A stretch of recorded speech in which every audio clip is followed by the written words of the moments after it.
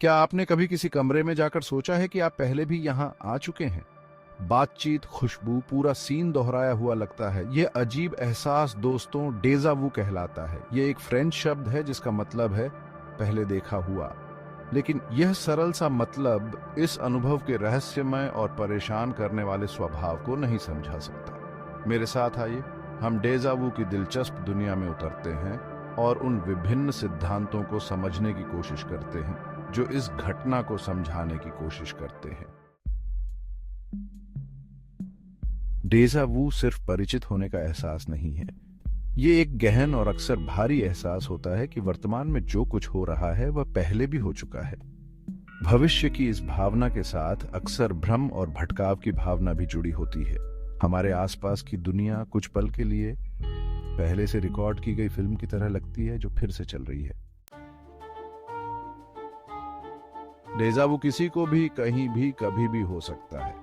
आप इसे किसी दोस्त के साथ बातचीत करते समय, किताब पढ़ते समय या सड़क पर चलते समय भी अनुभव कर सकते हैं। यह एक सार्वभौमिक घटना है जो उम्र, संस्कृति और पृष्ठभूमि से परे है। इतना आम होने के बावजूद डेजा वू मानव मन के सबसे पेचीदा रहस्यों में से एक बना हुआ है। डेजा वू के लिए सबसे लोकप्रिय स्पष्टीकरणों में से एक है मेमोरी मिसहैप थ्योरी। इस सिद्धांत का सुझाव है कि डेजा वू तब होता है जब हमारा दिमाग वर्तमान के किसी संवेदी अनुभव को स्मृति समझ लेता है।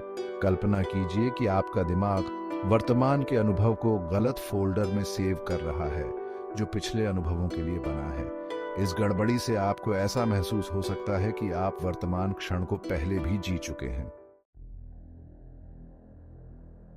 जहां मेमोरी मिसहैप थ्योरी एक तर्कसंगत व्याख्या प्रदान करती है, वहीं कुछ लोग अधिक अपरंपरागत दृष्टिकोण पसंद करते हैं।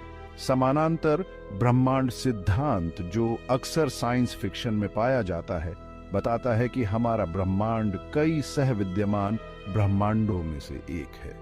इस सिद्धांत के अनुसार डेजा वू इन समानांतर वास्तविकताओं के बीच एक संक्षिप्त ओवरलैप या टकराव हो सकता है जो हमारे जीवन के दूसरे संस्करण की एक झलक है। न्यूरोलॉजिकल रिसर्च डेजा वू पर एक और दृष्टिकोण प्रस्तुत करता है। कुछ वैज्ञानिकों का मानना है कि यह घटना मस्तिष्क के तंत्रिका मार्गों में छोटी छोटी गड़बड़ियों के कारण हो सकती है। ये गड़बड़ियां न्यूरॉन्स के एक अस्थायी मिसफायरिंग का कारण बन सकती है, जिससे परिचित होने की झूठी भावना पैदा होती है। यादों और भावनाओं को संसाधित करने के लिए जिम्मेदार टेम्पोरल लोब को अक्सर इन न्यूरल हिचकी में प्राथमिक संदिग्ध के रूप में उद्धृत किया जाता है। जबकि डेजा वू के सटीक कारण एक रहस्य बने हुए हैं, कुछ कारक इसकी संभावना को बढ़ाते हुए प्रतीत होते हैं। तनाव, थकान और अपरिचित वातावरण के संपर्क में आना आम ट्रिगर है। कल्पना कीजिए कि आपका दिमाग नई जानकारी को संसाधित करने के लिए ओवरटाइम काम कर रहा है और बने रहने के लिए संघर्ष कर रहा है। यह ओवरलोड धारणा और स्मृति में त्रुटियों का कारण बन सकता है, जिसके परिणाम स्वरूप डेजा वू हो सकता है। डेजा वू सदियों से मानव जाति को आकर्षित करता रहा है। इस शब्द को पहली बार 19वीं शताब्दी के अंत में गढ़ा गया था। दिलचस्प बात यह है कि कुछ संस्कृतियां डेजा वू को आध्यात्मिक जागृति या पिछले जन्म के अनुभवों के संकेत के रूप में देखती हैं। अन्य इसे मस्तिष्क की एक हानिरहित आदत के रूप में देखते हैं। व्याख्या जो भी हो, एक बात तो साफ है, डेजा वू हमारी कल्पनाओं को मोहित करता रहता है।